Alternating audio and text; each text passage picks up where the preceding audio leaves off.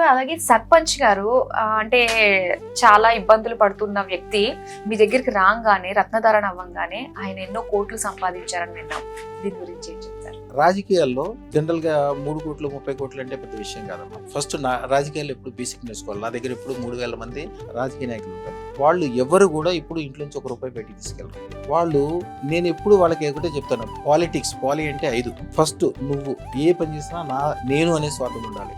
రెండోది నా కుటుంబము, తర్వాత నా స్నేహితులు, నా గ్రామం, తర్వాత నా రాష్ట్రము, తర్వాత నా దేశం. అసలు నువ్వు బాగుపడకుండా దేవుడిచ్చిన నీ కుటుంబానికి ఒక కారు కొనకుండా, ఒక మేడ కొనకుండా, నువ్వు గొప్పగా అవ్వకుండా, తల్లిదండ్రులు ఇచ్చిన ఆస్తులు అమ్మేసి రాజకీయాల్లో పెడతానంటే నువ్వు రాజకీయాలే ఫిట్టే కావు.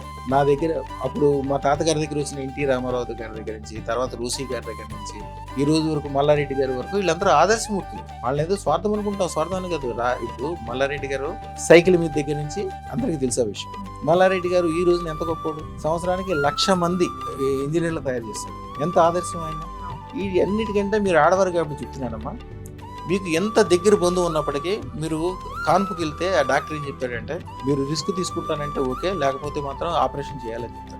ఆపరేషన్ ఎందుకు చేస్తారో తెలుసమ్మా, మీరు న్యాచురల్గా కాన్పు అయితే మీ దగ్గర 1-2 గంటలు, ఒక్కోసారి 2 రోజులు కూడా కూర్చోవాల్సి వస్తుంది. వాళ్ళకి ఏం గిట్టుబెట్ట అవుతుంది? ఆ ఆపరేషన్ అయితే 5 నిమిషాల్లో కోసి బయటికి తీసేస్తారు, అయిపోతుంది. రోజుకి ఎన్ని కావాలంటే అన్ని చేయొచ్చు. మల్లారెడ్డి గారి గొప్పతనం అమ్మా, ఈ రోజు కూడా నా హాస్పిటల్లో న్యాచురల్ గా పుట్టేటట్టు చేస్తారు. ఆపరేషన్ కనపడవు, మీరు కావాలని అడిగినా చేరాను.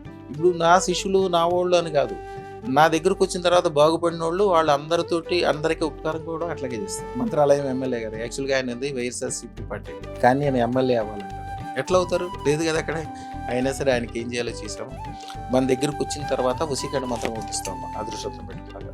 ఎక్కడెక్కడి నుంచి ఎక్కడికి వెళ్తారు వాళ్ళు, ఏ రూపాయి ఇంట్లోంచి ఖర్చు పెట్టకల్లా ఎప్పుడు బయట నుంచే సంపద ఇంట్లోకి వస్తే వీళ్ళ ద్వారా అందరూ ఉపకారం పొంది వీళ్ళకి ఎప్పుడు దండం పెట్టి వీళ్ళకే అనుకూలంగా ఉంటారు. ఇప్పుడు మీరు ఉపకారం చేసే పొజిషన్లో ఉంటేనే మీరు రాజకీయాల్లో సక్సెస్ అయినట్టు.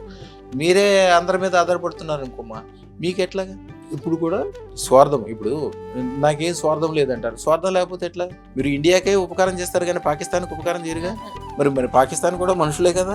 మరి స్వార్థం లేదంటే పాకిస్తాన్ కూడా ఉపకారం చేయాలి.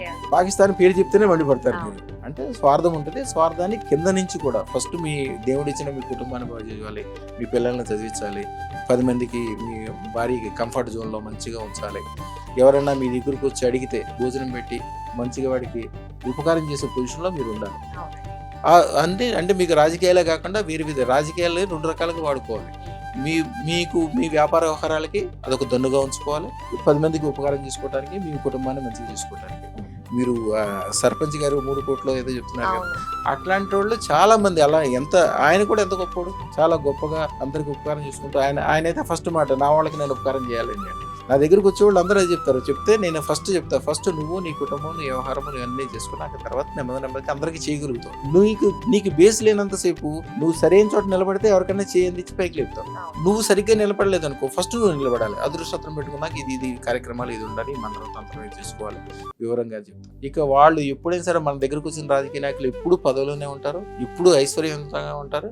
వాళ్ళ కుటుంబాలు ఆ ఏరియాకి మొత్తం ఆదర్శవంతంగా అవుతాయి. ఎంత చిన్నోళ్ళు ఎప్పటికీ వాళ్ళు సంతృప్తిగా హాయిగా గొప్పగా 10 మందికి ఉపకారం చేసే పొజిషన్లో ఉంటారు. గురుగారు అలానే 3 నెలల క్రితం మీ దగ్గరకు ఒక ఆయన వచ్చారంట. సో ఆయన రాజకీయ పరంగా చాలా చాలా ఉన్నత స్థాయిలో ఉన్నారు. ఇప్పుడు మీకే ఆయన హెలికాప్టర్ పంపుతాను మీ నా దగ్గరకు రండి అని చెప్పేసి అంటున్నారని చెప్పారు. యాక్చువల్గా ఆయన చాలా రోజుల నుంచి రాజకీయాల్లో ఉన్నారు. నేను మీకు ఇందాకే చెప్పాను, రాజకీయాల్లో ఇంట్లో డబ్బులు తీసుకెళ్లి బయటకు ఖర్చు పెట్టద్దు, భార్య నగలు ఎప్పుడు తాకట్టు పెట్టద్దు, భార్యకి ఎప్పుడు ఒక డైమండ్ నెక్లెస్ కొనాలి, గొప్ప ఆస్తి కొని పెట్టాలి, మనసులో అనుకోవాలి, అప్పుడే మీరు సక్సెస్ అవుతారు. ఆయనకి అదే చెప్పాను. ఆయన ఆస్తులన్నీ అమ్మేశాడు, కష్ట నష్టాలు, ఇబ్బందులు, టెన్షన్లు అన్నిట్లో ఉన్నాడు. రాజకీయాల్లో ఒక ఇటు లేదు, సరైన సీటు కూడా రాలా. మన దగ్గరికి వచ్చాక విషయాలు ఏం చేయాలో చెప్పాను. కరెక్ట్గా దగ్గరలో వచ్చే ఎన్నికల్లోనే ఆయనకి బ్రహ్మాండంగా సీట్ రావటమే కాకుండా ఎమ్మెల్యే అవటం కాకుండా మంచి మినిస్ట్రీ. ఆయన స్వామి మీరు అంటే ఆయన ఉండేది బెంగళూరు దగ్గర, మీ అంతటికి మీరు రావట్లేదు స్వామి, నేను హెలికాప్టర్ ఇచ్చి పంపిస్తాను స్వామి, మీరు వచ్చి ఒక్కసారి. ఆయన ఇండస్ట్రీ కూడా మళ్ళీ మంచి ఇండస్ట్రీ పెట్టుకున్నాడు, పిల్లలందరినీ బాగు చేశాడు, బంధువులందరినీ బాగు చేశాడు, చాలా మంచి పేరు ప్రతిష్ట తీసుకున్నాడు. ఇట్లా పాజిటివ్లు అన్నీ మీ దగ్గర జరుగుతాయి స్వామి, మీరు వచ్చి కాళ్ళు పెట్టాలని చెప్పాడు. ఇవన్నీ జనరల్గా అంటే వాళ్ళదేమో వీడియో వచ్చింది కాబట్టి అందరికీ తెలుసు, ఇవన్నీ రెగ్యులర్గా జరుగుతూనే ఉంటాయమ్మా. శుభం భూయాత్. అదృష్టం ఉన్న చోట రాజకీయాల్లో, జనాల్లో, ప్రజల్లో అనేక విషయాల్లో విపరీతమైన విజయాలు కలుగుతాయి. చాలా చక్కగా తెలియజేశారు గురువు గారు, ధన్యవాదాలు.